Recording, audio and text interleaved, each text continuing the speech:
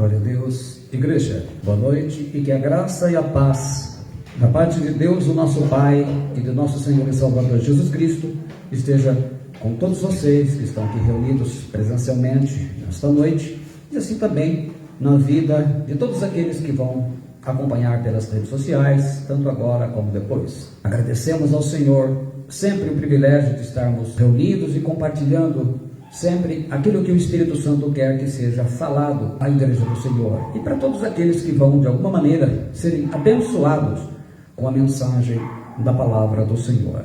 O tema desta noite, conforme nós anunciamos, apostasia e o segredo oculto até a marca da besta. O livro do Apocalipse, capítulo 13, a partir do versículo 11.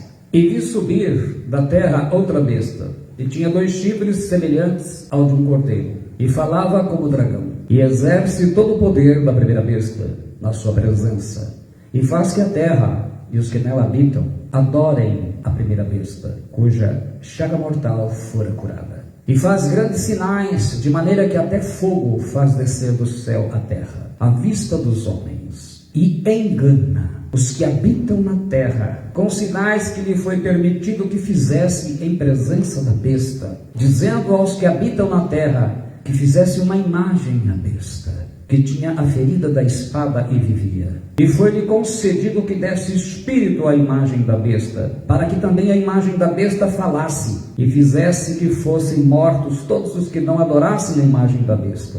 E faz que a todos, pequenos e grandes, ricos e pobres, livres e servos, lhe seja posto um sinal na sua mão direita ou nas suas testas, para que ninguém possa comprar ou vender, senão aquele que tiver o sinal, ou o nome da besta, ou o número do seu nome. Aqui há a sabedoria.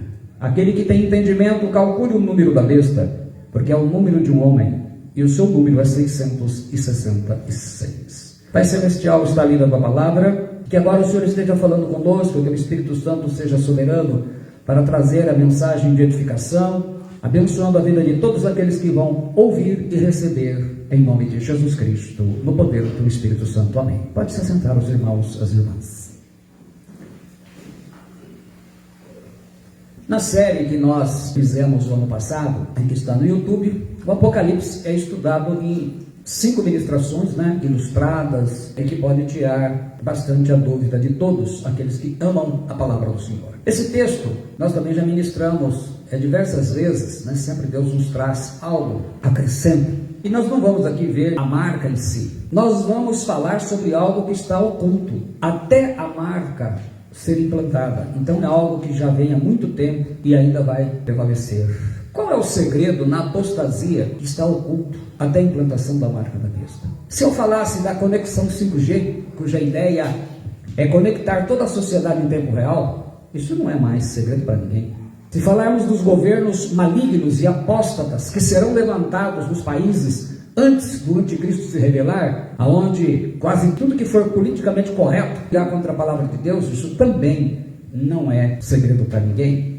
Essas ideologias demoníacas desafiando e destruindo os fundamentos da palavra de Deus na sociedade também não é segredo para ninguém. Que os judeus e os muçulmanos estão aguardando o Messias também não é segredo para ninguém. O prenúncio que tem sido alardeado pelas redes sociais de que está para vir uma outra pandemia pior do que o coronavírus, a Covid-19, que vai gerar um caos mundial tão grande que será necessário o estabelecimento de uma nova ordem mundial, um controle total. O pessoal que diz que acertou a Covid para 2020 diz que isso vai acontecer até 2023, mas nem isso também não é segredo, que está aí alardeado. Que o Pix tem como símbolo o olho de Horus da 7ª praga, aquela chuva de granizo que Deus enviou, que ele seja símbolo para a gente ver como que vai ser o fim do dinheiro, papel moeda, também não é novidade para ninguém. Que a situação das vacinas, das máscaras, demonstrou como será fácil fazer um controle total, isso também não é segredo.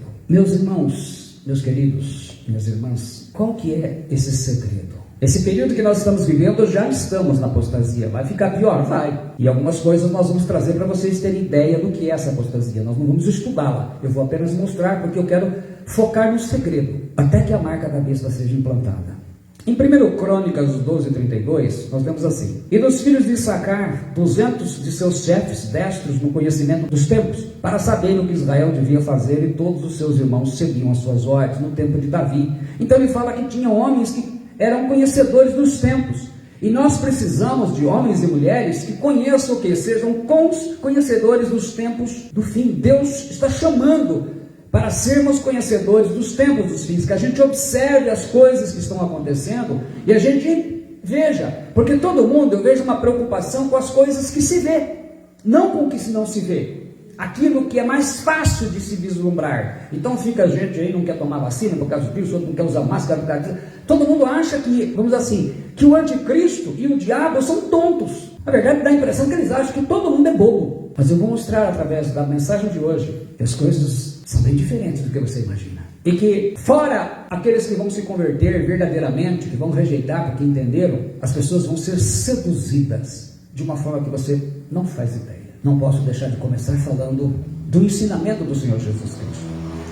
No Evangelho de Lucas, no capítulo 18, versículos 24 e 25, ele fala assim: e vendo Jesus que ele ficara muito triste, disse: quão dificilmente entrarão no reino de Deus os que têm riquezas. Porque é mais fácil entrar um camelo pelo fundo de uma agulha do que entrar um rico no reino de Deus. Então ele está falando de céu, não é? Riquezas, a palavra krema em grego quer dizer coisa, matéria, assunto, negócio, evento, especialmente o dinheiro e as riquezas. Camelo em grego, camelos, se refere ao mamífero ruminante com duas corcovas, adaptado para a vida no deserto, de nome científico Camelus bactrianus, que tem a média de 2,5 metros de altura e pesa quase 1 tonelada. Rico, palavra grega plusios, rico, abundante em recursos materiais, é uma metáfora para abundantemente suprido, aquela pessoa que está bem de vida. Fundo aí, tromalha, fala de buraco, buraco da agulha, fundo de uma agulha. E agulha é interessante, eu peguei o texto de Lucas, porque Lucas usa o termo belonês, termo grego, que se referia à agulha, nos escritos médicos, a agulha cirúrgica usada nas operações. Ele não usa o termo rafse, que é o termo de uma agulha comum, que usa Mateus 19:24 e Marcos 10:25. Eles usam uma coisa diferente. Então a agulha todo mundo sabe que é uma pequena e fina haste de aço, de polido, ferro, agulha, né? Uma ponta numa extremidade e ela tendo na outra um buraco onde você vai passar ali a linha, fio, retroz, lance, barbante. Essa ideia de explicar essa agulha como sendo portões pequenos, portas ou portinholas de Jerusalém, com um pouco mais de 60 centímetros, naturalmente, explicando que um camelo de 2,5 metros não poderia passar numa portinhola de 60 centímetros, ou como uma corda grossa, como dizem alguns, né? Mudando o termo camelo aqui, porque em grego está camelos, que é o animal, mas alguns fazem a mudança para camilon, que seria uma corda grossa. Tudo isso surgiu no século XV, 1401, 1500, nesse período. A mente ocidental tentando explicar uma hipérbole oriental. Esqueçam isso, nós vamos simplificar essa forma de Jesus falar, esse ensinamento, ele é o começo, o meio e o fim de tudo que nós vamos aprender com relação ao segredo. Existia um ditado no tempo de Jesus, e que também ele vem aparecer no Talmud, o famoso Talmud hebraico, que dizia o seguinte: você nunca verá uma palmeira de ouro ou um elefante passar por um buraco de agulha. Para a sociedade judaica no tempo de Jesus, os ricos tinham mais chances de entrar no céu e serem salvos do que os pobres. O sujeito era pobre e ainda estava condenado, que nem para ele era mais difícil. Então Jesus usa uma hipérbole. O que é uma hipérbole? É um recurso que a gente aplica com completo exagero. Eu gosto de usar muito hipérbole. Ela tem uma significação linguística. Ele estava para explicar o quê? Um ensinamento do discipulado dele na impossibilidade de um rico, de alguém que não renuncia o amor do mundo, as coisas do mundo, nas riquezas. Quer dizer, ele estava querendo dizer que o rico não poderia comprar tudo, menos a salvação. Então Jesus usou outras hipérboles no discipulado, do mosquito do camelo. E o camelo que ele usa lá, é a mesma portinhola? Não, é o camelo animal. Ele usa da trave do argueiro, são tudo hipérboles, então é um exagero. A gente poderia dizer, no nosso, de falar de impossibilidade, uma hipérbole muito comum aqui é aquela que dá nó em pingo d'água. Dá para dar nó em pingo d'água? Não, é uma impossibilidade, é uma hipérbole. O que ele está começando a dizer é que você pode ter riquezas, mas não pode ser possesso pelas riquezas. Jesus ensina que o amor ao dinheiro é adorar ao dinheiro como a um Deus. Em Lucas 16:13, eu vou ler em duas traduções, na atualizada e na corrigida fiel. A atualizada, ela interpreta, a fiel, ela é literal, justamente para fazer uma comparação. Ninguém pode servir a dois senhores, porque ou há de aborrecer um e amar o outro, ou se devotará a um e desprezará o outro. Aí ele fala, não podeis servir a Deus e as riquezas. A atualizada. A corrigida fiel traduz, nenhum servo pode servir dois senhores, porque ou há de odiar um e amar o outro, ou há de chegar a um e desprezar o outro. Aí ele diz, não podeis servir a Deus e a Mamon. Mamon, servir, esse verbo do lío, ele quer dizer o seguinte, obedecer como escravo, prestar culto, adorar, ministrar na função sacerdotal, fazer serviço aos deuses. Então esse servir, ele fala realmente de prestar culto, de adorar. Ele fala, você não pode adorar a Deus e ao dinheiro, ou a Mamon. Mamon, quem é Mamon? Mamon, em grego, mamonas, era a riqueza como uma deusa, era a avareza como uma deusa, era o dinheiro como um deus. Equivalente era Plutão, o deus romano das riquezas, equivalente ao deus grego Hades. Pluto quer dizer rico em grego. Osíris, dos egípcios, também equivalendo a Inanna, deusa da Mesopotâmia, que aparece na Bíblia Sagrada, no Antigo Testamento, como Ishtar ou Astarote, de cuja filha, na mitologia mesopotâmica, Astarote tinha a filha Ninkasi, e ela é conhecida como a deusa da cerveja. Nas traduções de textos sumérios, revela um poema chamado um hino a Ninkasi, que é um hino de adoração, onde ela fala do preparo e da fabricação da cerveja. Você vê que tudo isso está relacionado com deuses. Então, quando Jesus fala de Mamon, que era conhecido naquele tempo, na Mesopotâmia eles a chamavam de Astarote. Então Jesus ensina que o amor ao dinheiro é uma adoração, é amor ou adoração o quê? A um demônio, a um principado chamado Mamon ou Astarote. Essa hipérbole, como eu disse, ela equivale ao dar nó em pingo d'água, que designa algo impossível. Mas afinal, qual que é o segredo que está oculto e sendo trabalhado para que milhões de pessoas aceitem a marca da besta com mais facilidade? Porque fica pensando assim, olha gente, você tem que aceitar a marca da besta. Não, há uma preparação. E o que está oculto que as pessoas não veem? A pergunta antes dessa é, por que é tão difícil quem tem riqueza ser salvo? E eu quero que você preste bem atenção, porque a mensagem ela é forte e um pouco chocante. Quando uma pessoa ela se torna bem de vida, então ela passa a ter vários carros, casas, chácara, com piscina. Uma mudança muito grande começa a acontecer no seu modo de viver, na sua mente, no seu coração. Ela começa a mudar o seu círculo social. Ela procura conviver com pessoas de um nível social e financeiro maior. E dependendo da situação, ela muda até de igreja. Ao menos 5 mudanças acontecem. Primeiro, o senso de poder, porque a pessoa passa a ter aquela questão do dinheiro compra tudo. E isso a gente vê até quando você vai entrar numa loja. Você entra numa loja, o sujeito encosta lá um carrão. O tratamento dele é de uma forma. Aí entra o sujeito, chega com aquele carrinho, barulho, quase que a porta amassada e tal, entra. Aguarda ali, senhor. É assim que funciona. O orgulho. Veja bem, eu falei do senso de poder e o orgulho. O orgulho é uma coisa interessante porque a pessoa, quando ela muda o seu nível social, ela começa a fazer práticas que até então ela tinha um certo temor, agora ela começa a assimilar coisas na sua vida. E aí, se ela for corrigida, o que ela faz? Ela vai embora, ela vai para outra igreja, porque ela sabe que lá na outra igreja, quando souberem que ela está chegando pelo seu poder aquisitivo, ela vai ser recebida com pompas. E aí entra o terceiro. Então, poder, orgulho, prazer. Esse prazer está relacionado à badalação, à vaidade. A pessoa quer se aparecer mesmo que ela seja tímida. Mas o dinheiro lhe proporciona isso. Por quê? Ela começa a ter uma aceitação mais fácil do pecado. Aí começa, não tem nada a ver. Aí, infelizmente, perde a simplicidade e purezas devido a Cristo. A mudança de comportamento ela é grande, muitas vezes até de igreja. E em muitos casos entra a avareza, né? Tinha um irmão, isso é um fato verídico, não é uma ilustração. Ele se congregava numa igreja, numa congregação um pouco maior que a nossa, mais ou menos como nós, pessoas mais simples e poder aquisitivo, classe média mesmo, trabalhadora, nada de luxo. E sujeito apessoado, tudo, ele se casa com uma mulher rica, rica no sentido pleno da palavra. E o que acontece? A sua vida dá um boom, ele muda. Então eles mudam, ela passa a levá-lo a conhecer as pessoas do seu círculo social.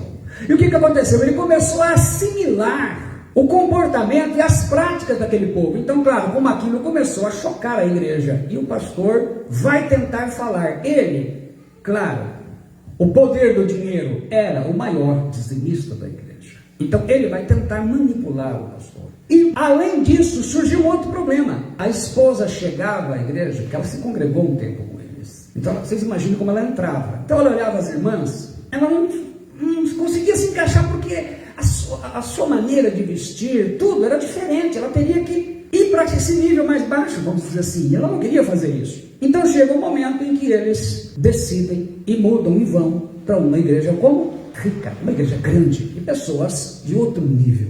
Então veja bem, ele tinha um tipo de vida, agora ele está tendo outro. Ele tinha um tipo de conduta, agora ele está tendo outro. E ninguém brigou com ele, ninguém o forçou. Eu quero que vocês prestem bem atenção, porque quando entrar, esse segredo, na verdade, ele é só segredo para as pessoas que não vêm, porque é um problema antigo. Jesus tratou ali no Evangelho. A igreja de Laodiceia, ela é a igreja mais rica dos tempos dos apóstolos, ainda com o apóstolo João vivo, um dos 12. Agora, eu pergunto, se mesmo tendo um dos apóstolos de Cristo ainda vivo, apóstolo João, a igreja de Laodiceia, ela perdeu a simplicidade e a pureza devidas a Cristo. Ela perdeu o Evangelho. Ela colocou Jesus para fora, porque ele vai falar no versículo 20, eis que estou à porta e bato, se está na porta e bate, ele está lá de fora. Ela perdeu a salvação, portanto. O que poderíamos dizer de tantas igrejas laodiceias do nosso tempo? Lá está em Apocalipse 3, 17 e 20. Como dizes, rico sou e estou enriquecido, e de nada tenho falta. E não sabes que há um desgraçado e miserável e pobre e cego e nu. Eis que estou à porta e bato. Se alguém ouvir a minha voz e abrir a porta, entrarei em sua casa e com ele cearei e ele comigo. Então, a igreja perdeu tudo, porque na verdade é isso que acontece. Rico sou, sentido de poder, estou enriquecido. Então, tudo que ele quer, tudo que ele tem algo diferente, ele não aceita mais que alguém lhe diga que ele está errado. Ele acha que ele está bem, porque ele prosperou. Então ele acha que ele é super abençoado, tudo que ele faz. Era o pensamento dos judeus. Tanto uma pessoa, um pastor, uma igreja, quando ricos, terão dificuldades em viver e pregar a prática do Evangelho de Jesus. No Brasil nós temos bispo com fortuna de 2 bilhões, apóstolo com fortuna de 420 milhões, pastor com fortuna de 400 milhões, tudo na internet estampado. Forbes, já publicou isso. Apóstolo com fortuna de 120 milhões, missionário com fortuna de 125 milhões conquistados no período de igreja. Porque pregam o evangelho da prosperidade. Por que as pessoas aceitam isso facilmente? Vem em nome de Deus. Irmãos ricos, pastores, apóstolos, igrejas ricas, dificilmente aceitarão correção de que estão fazendo coisa errada. E sempre vão estar envolvidos em escândalos. E serão sempre muito seguidos. As pessoas estão interessadas nisso. O marido rico, quando ele comete adultério, ele não aceita. Estou falando dentro do cristão, o seu erro. Na maioria das vezes, o que ele faz? Leva a família para uma grande viagem e passa a mão sobre tudo aquilo ali. Porque esse amor ao dinheiro mudou o seu comportamento, mudou o seu interior. O evangelho da prosperidade pregado na maioria das igrejas evangélicas hoje incentiva as pessoas a buscarem na igreja da mesma forma que a pessoa procura o satanismo. Por que a pessoa renuncia a Cristo e vai no satanismo? É a mesma forma com que as pessoas hoje procuram as igrejas. Dinheiro, poder, fama. Fama aqui vamos colocar como prazer, ostentação, badalação. Por isso que cultos de hoje, desses famosos pregadores, surgem a cada dia como se eles fossem um remédio miraculoso, capaz de aliviar dores e angústias e de fazer prosperar financeiramente. Não que Deus não queira prosperar, mas isso não pode ser foco de vida. Mas o que eu estou falando, preparando, é para mostrar algo que está oculto, que vai facilitar a implantação da marca da besta. Mas eu estou mostrando a realidade que nós estamos na apostasia hoje. Então, como eu disse, para fazer prosperar financeiramente como se fosse um comprimido que pode ser adquirido no shopping center da fé religiosa. As suas publicidades, aí, poderosas campanhas, cultos, músicas, são dirigidos tudo para garantir prosperidade e alegria a seus fiéis. É o Deus do consumo, não é o evangelho do reino de Deus. Você pode dizer, pastor, o senhor está exagerando. Eu nem sei a maneira com que eu vou colocar isso, mas deixa eu colocar isso, depois vocês podem pesquisar na internet, tá? Falando revista sul-africana, Tambor, o pastor sul-africano Christ Penelope, do Sevenfold Holy Spirit Ministries, 7 ministérios do Espírito Santo, em Siandani Village, em Limpopo, na África do Sul, ele afirma que demonstra o poder de Deus para curar as pessoas e dar prosperidade a elas, simplesmente fazendo um pum no nariz delas. Então a sua ministração no culto é assim, ele faz um pum na cara das pessoas. E você acha que você chega lá e entra? Não. As pessoas têm que entrar no site, se cadastrar e aguardar na fila. Aí a gente pergunta, por que as pessoas aceitam isso na igreja? Tudo isso preparando. Jesus ensinou que amar o dinheiro é adorar a Mamon, as riquezas, Astarote. O apóstolo Paulo ensina que o amor ao dinheiro é a raiz de todos os males. Ele escreve lá em 1 Timóteo 6,10. Porque o amor ao dinheiro é a raiz de toda espécie de males. E nessa cobiça, alguns se desviaram da fé e se traspassaram a si mesmos com muitas dores. Amor ao dinheiro, a palavra grega é filargúria. Quer dizer, amor ao dinheiro, amor pelo dinheiro, avareza, mesquinharia, sovinice. A gente conhece como pão duro, mão de vaca. Raiz, a palavra ritza, em grego quer dizer raiz. É a base pelo qual algo se implanta. Progênie, a origem, a fonte. Então, o amor ao dinheiro é a raiz, é a fonte de todos os males. A palavra cobiça aí, oregomai, quer dizer entregar-se ao amor ao dinheiro.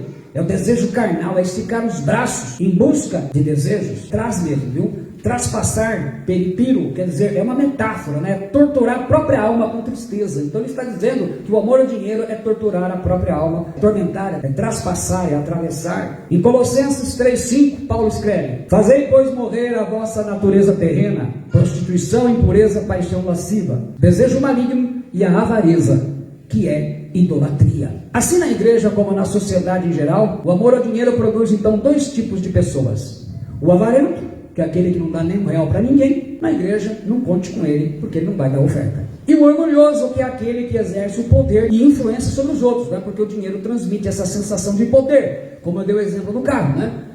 As pessoas, num determinado lugar, se chegar uma pessoa que é conhecida, se chegar o Bill Gates num lugar, para ser atendido e chegar um trabalhador, vocês sabem quem é o vendedor vai correr para atender primeiro. Mas nós vamos dar um exemplo na vida de Salomão. Ele vai ser o melhor exemplo.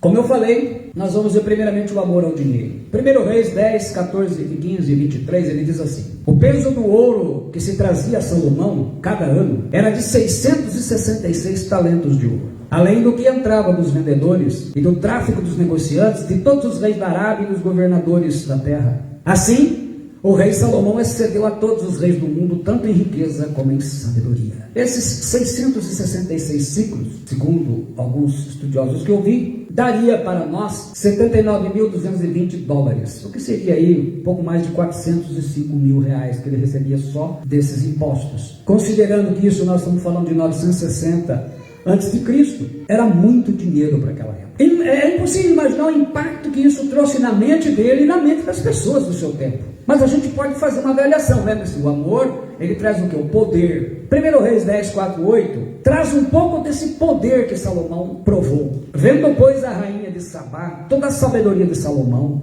e a casa que edificara, e a comida da sua mesa, e o lugar dos seus oficiais, e o serviço dos seus criados, e os trajes deles, os seus copeiros, e o holocausto que oferecia na casa do Senhor, ficou como fora de si, e disse ao rei: foi verdade a palavra que a teu respeito ouvi na minha terra, e a respeito da tua sabedoria. Eu, contudo, não cria naquelas palavras, até que vim e vi com os meus próprios olhos. Eis que não me contaram a metade. Sobrepujas em sabedoria e prosperidade a fama que ouvi. Fama. Felizes os teus homens, felizes os teus servos que estão sempre diante de ti e que ouvem a tua sabedoria. Então 8 coisas tiraram o fôlego da rainha de Sabá. Segundo os etíopes, ela se chamava Maqueda. A Bíblia não narra. A sabedoria de Salomão, a casa que ele construiu, a comida da sua mesa, o lugar dos seus servos, o serviço dos seus criados, as vestes dos seus criados, as vestes dos copeiros, os holocaustos que ele oferecia na casa do Senhor. Mas pelo menos ele avarento não era. Então veja bem, ele tinha um poder que uma rainha ficou fora de si. Ela viu, o homem era famoso, era sábio, mas era rico demais. A riqueza traz fama, traz prazer, traz badalação. É só ver as redes sociais. O que você vê? As pessoas estão o quê? Colocando coisas para serem badaladas. 5 mil seguidores, 1 milhão de acessos e aquela badalação. Olha o que eles fazem. são coisas vinculadas cuja origem está nessa cobiça, né, nesse amor pelas coisas desse mundo. Em 1 Crônicas 5:1 diz: assim se acabou toda a obra que Salomão fez para a casa do Senhor. Então trouxe Salomão as coisas que seu pai Davi havia consagrado, a prata, o ouro e todos os objetos, e pô-los entre os tesouros da casa de Deus. Ele construiu um templo. Depois em 1 Reis 10, 17, 18 e 21 ele diz: fez também 300 escudos de ouro batido, 3 arratéis de ouro destinou para cada escudo, e o rei os pôs na casa do bosque do Líbano. Ele tinha uma casa no bosque, uma casa de campo. Fez mais o rei um grande trono de marfim, tadinho dos elefantes, né? Matou elefante pra caramba, e o revestiu de ouro puríssimo. Também todas as taças de beber do rei Salomão eram de ouro. A gente bebe na caneca de plástico, ele bebia em taças de ouro. E todos os vasos da casa do bosque do Líbano, a casa de campo dele, eram de ouro puro. Não havia neles prata, porque nos dias de Salomão não tinha valor algum, ele não queria. De acordo com o relato da Sociedade de Arquitetos de Illinois, nos Estados Unidos, em 1925, o custo do templo de Salomão, tendo com base os valores vigentes na época, teria sido cerca de 87 trilhões de dólares. Em reais, 445 trilhões de reais. Calculado isso na época, mas se tem uma ideia. A riqueza, os bens, o poder seduziram a Salomão a viver uma vida nababesca. Nababesca no luxo. Não é só o conforto, isso é luxo. E a perder a simplicidade que Deus tanto deseja nos seus filhos. O falso templo de Salomão, construído em São Paulo, segundo a internet, custou 680 milhões de reais. Tudo isso é algo que está vinculado ao que eu quero que vocês compreendam. O ser humano com dinheiro, quando perde o foco no reino de Deus, ele tem necessidade de exibir essa fama, a sua vaidade, para ser admirado e elogiado. 1 Reis 10, 7. E eu não cria naquelas palavras, diz a rainha de Sabá, até que vi e os meus olhos o viram. Eis que não me disseram metade. Tu repujaste em sabedoria, bens, a fama que ouvi. Então, veja bem, tudo isso aconteceu com Salomão. Ele foi abençoado por Deus e de repente ele mudou. Qual era o objetivo? O objetivo era esse. Presta bem atenção, porque isso nós vamos introduzir a palavra para a mensagem. 1 Reis 11, 4, 9. Porque sucedeu que no tempo da velhice de Salomão, suas mulheres lhe perverteram o coração, para seguir outros deuses. E o seu coração não era perfeito para com o Senhor, seu Deus, como o coração de Davi, seu pai. Porque Salomão seguiu a Astarote, deusa dos Sidônios, e a Milcom, a abominação dos Amonitas, os filhos de Amon, descendentes lá de Ló. Assim fez Salomão, que parecia mal aos olhos do Senhor, e não perseverou em seguir ao Senhor como Davi seu pai. Então, olha, edificou Salomão. Agora ele pega o dinheiro que Deus abençoou. Qualquer semelhança atual é mera coincidência. O que ele constrói? Um alto a Quemos, a abominação dos Moabitas, um ídolo, sobre o monte que está diante de Jerusalém, e a Moloque, a abominação dos filhos de Amon, o Moloque, ou Moleque, o nome correto em hebraico, que exigia sacrifício de crianças. Olha só, e assim fez para com todas as suas mulheres estrangeiras, as quais queimavam incenso e sacrificavam aos seus deuses. Ele começou a gastar o dinheiro que Deus abençoou com ídolos, com demônios, pelo que o Senhor se indignou contra Salomão, porquanto desviaram o seu coração do Senhor Deus de Israel, o qual 2 vezes lhe aparecera. Isso porque Deus ainda apareceu 2 vezes para ele. E acerca deste assunto lhe tinha dado ordem que não seguisse a outros deuses, porém não guardou o que o Senhor lhe ordenara. Olha quem era Salomão. Aquele jovem simples de coração puro que temia Deus. Agora ele se rende a Astarote, o principado do dinheiro, das riquezas, o mamão que Jesus se refere. 1 Reis 3, 5, 9 e 10 ele diz: em Gibeão apareceu o Senhor a Salomão de noite em sonhos. Disse-lhe Deus: pede-me o que queres que eu te dê. Que coisa maravilhosa, você está dormindo, num sonho Deus aparece e fala assim para você: pede-me o que você quer que eu te dê. E Salomão pede: dá pois ao teu servo um coração compreensivo para julgar a teu povo, para que prudentemente discirna entre o bem e o mal, pois quem poderia julgar a este grande povo? Olha o que diz o versículo 10: estas palavras agradaram ao Senhor por haver Salomão pedido tal coisa. Tal era o coração puro e simples. Observe que levou a vida inteira fazendo as coisas que ele achava. Quem queria peitar o homem? Ele era rico, ele tinha dinheiro, ele impressionava rainhas e reis, e todos lhe levavam tributos. Esse é o problema a qual Jesus disse: as pessoas quando prosperam, as pessoas quando começam a ter um tipo de vida melhor, elas se esquecem das coisas mais simples. E o Evangelho, ele não é para enriquecer ninguém, o Evangelho é para que a gente siga uma vida igual a de Jesus. A poderosa bênção que o Senhor deu a Salomão foi transformada em maldição, porque o principado Astarote perverteu o seu coração. E eu pergunto se Astarote conseguiu fazer com que o homem mais sábio do mundo e mais rico do mundo adorasse a sua imagem. O que te faz pensar que não conseguirá fazer com que milhares de evangélicos, pastores e tais apóstolos, tudo entre aspas, adorem a imagem da besta e aceitem a marca? O que te faz pensar? Fica com medo de vacina, com medo disso? Até parece que a estratégia satânica é essa. Salomão não foi convencido logo no auge da sua fama. O trabalho levou tempo e levou anos, e ele teve que aprender a gostar da riqueza. Ele teve que aprender a se acostumar. Sabe quando você tem o carrão do ano, a casa, você tem aquele conforto, de repente você se vê sem. Então é um teste. Você vai ter que voltar à simplicidade, mas quem quer? Você imagina todo mundo prosperando. Veja que a marca da besta ela vai ser estabelecida na metade. Quer dizer que durante 3 anos e meio as pessoas vão viver como nunca viveram nas suas vidas. Fartura, tudo do bom e do melhor. A estratégia é dar tudo o que você quer. Astarote ou qualquer outro demônio não tem pressa. Trabalha com cuidado. Hoje uma coisa não é pecado, amanhã a outra também não é. As heresias estão aí a cada dia mais. Eles têm conseguido fazer com que as pessoas não creiam na Bíblia. Muitos dos tais pregadores de hoje já não aceitam o Antigo Testamento, e muitos textos do Novo Testamento já foram abandonados. O trabalho deles está sendo feito na surdina e ninguém vê. Uma Ferrari, carro de rico que pobre dificilmente até sonha, ele leva 12 meses, 1 ano para ser construída. Um carro popular leva 20 horas. Para se fazer algo melhor, precisa-se de tempo. E eles têm tempo até. Não é de hoje que a sociedade e grande parte da igreja do Senhor estão sendo todos levados a aceitarem coisas que Deus não aceita.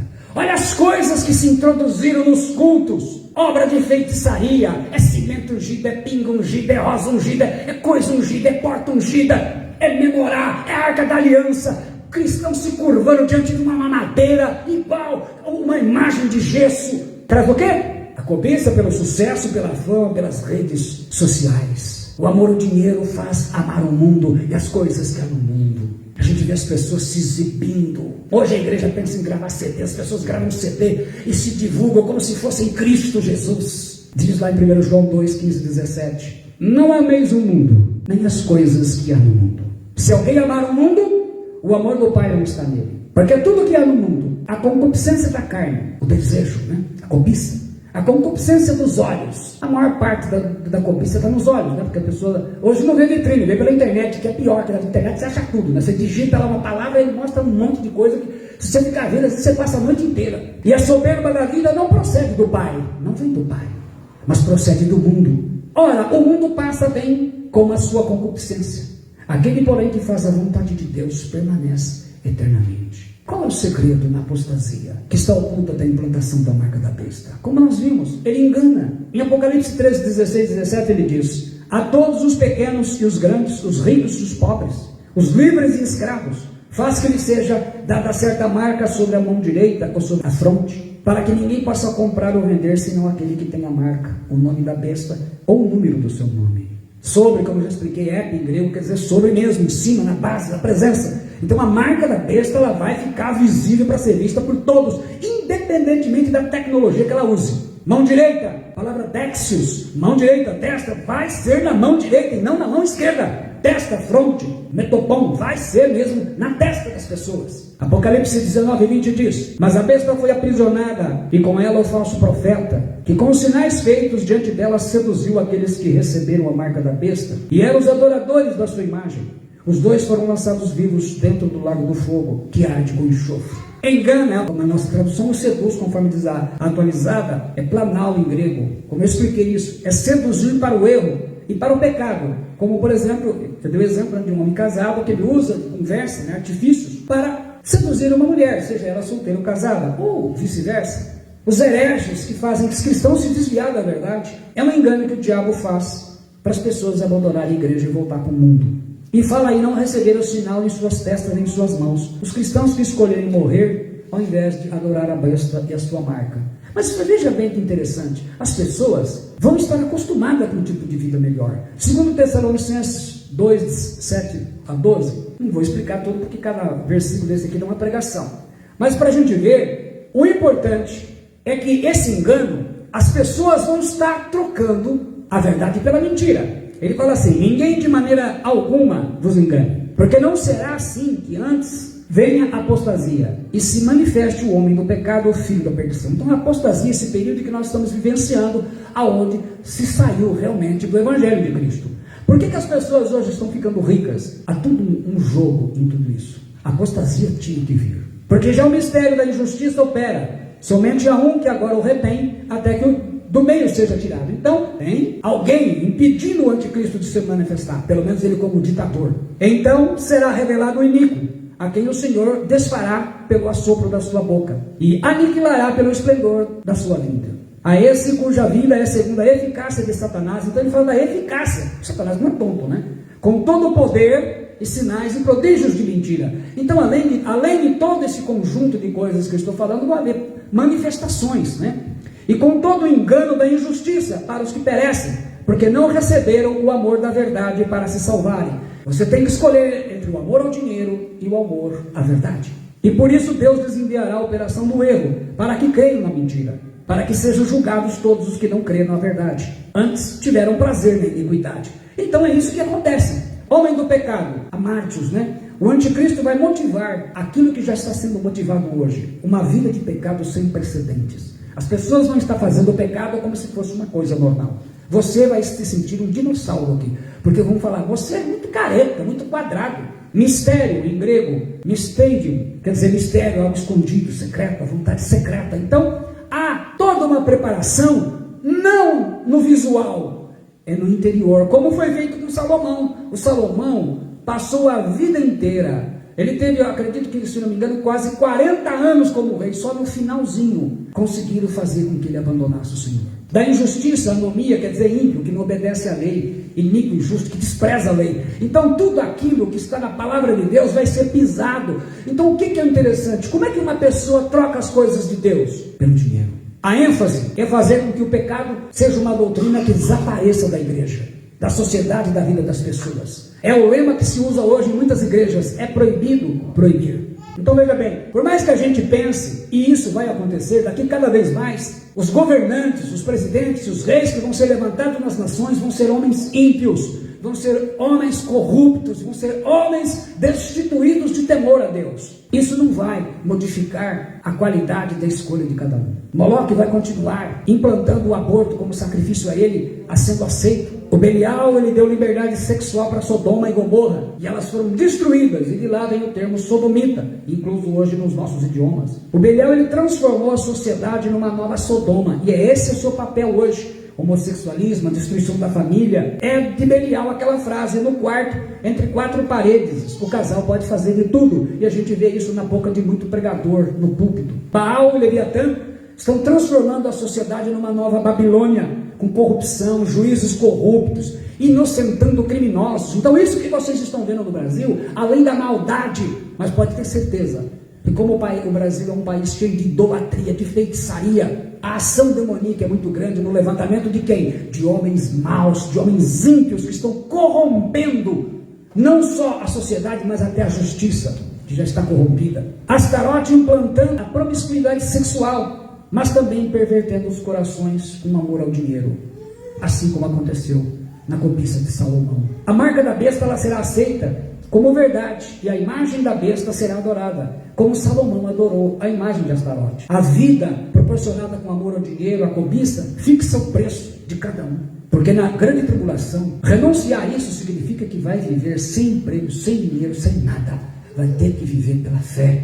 Astarote usou uma aristocrata rica, chamada Safo, da ilha de Lesbos, no mar Egeu, perto da Grécia. Ela adorava a Astarote como Afrodite, e pedia ajuda para se relacionar com mulheres. E daí vem a palavra lésbica. A igreja institucional grande e rica, cada vez mais será uma verdadeira Laodiceia.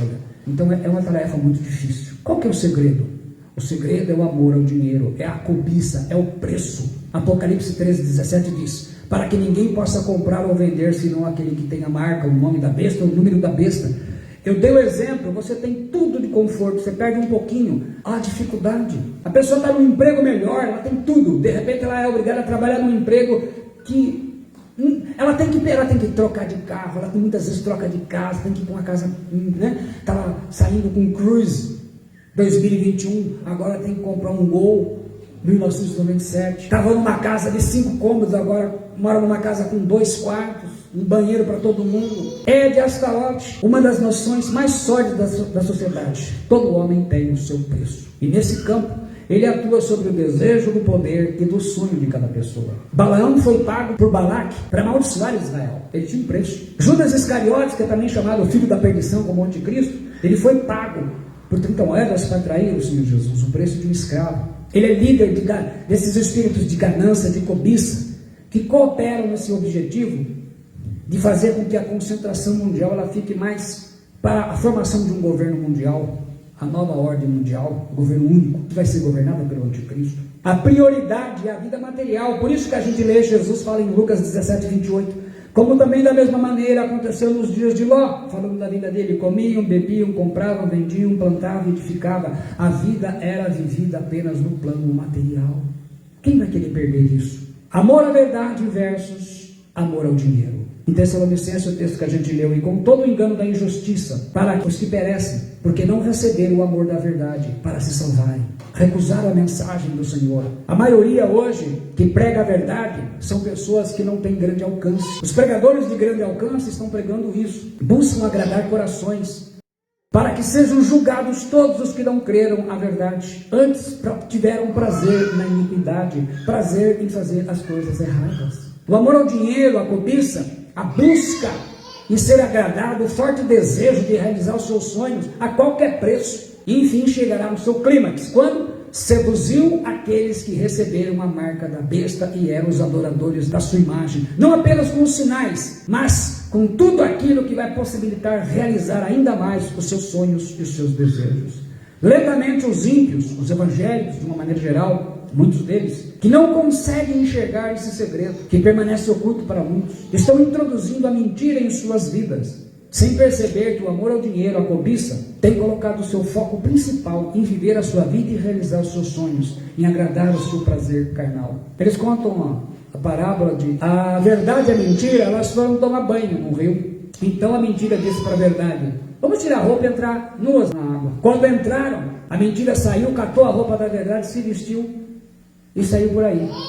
Todo mundo via, a roupa era da verdade, mas ainda era mentira. A marca da besta, do governo único, será implantada na vida de milhões de pessoas, como a adoração a Astarote e a Quemos entrou sem resistência na vida do rei Salomão, sutilmente. A marca da besta sobre a mão direita ou sobre a testa, ela vai revelar apenas a cobiça de corações que adoraram o dinheiro e agora vão adorar o anticristo. É só uma troca. 2 Timóteo 2,10, dito na Bíblia Viva, diz: pois o amor ao dinheiro é o primeiro passo em direção a todos os tipos de pecado. Algumas pessoas até voltaram as costas a Deus por causa do amor ao dinheiro, e como resultado, afligiram a si mesmos com muitos sofrimentos. Acima do seu sonho, do meu sonho, está a vontade do Pai.